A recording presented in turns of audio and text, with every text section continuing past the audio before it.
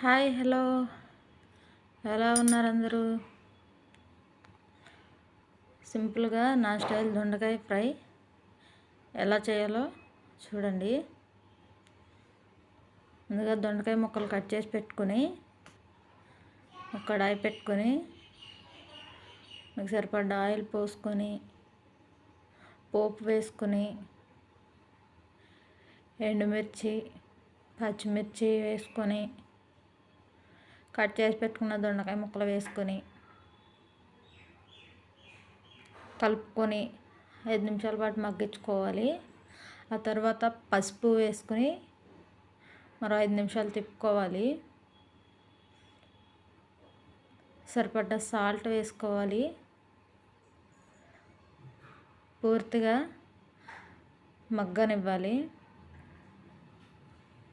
లోపల మరోసారి తీసి 1 టేబుల్ స్పూన్ కారం వేసుకొని మరో 5 నిమిషాల పాటు తిప్పుకుంటే సింపుల్ అండ్ టేస్టీగా ఉండే దొండకాయ fry ready. Thank you for watching.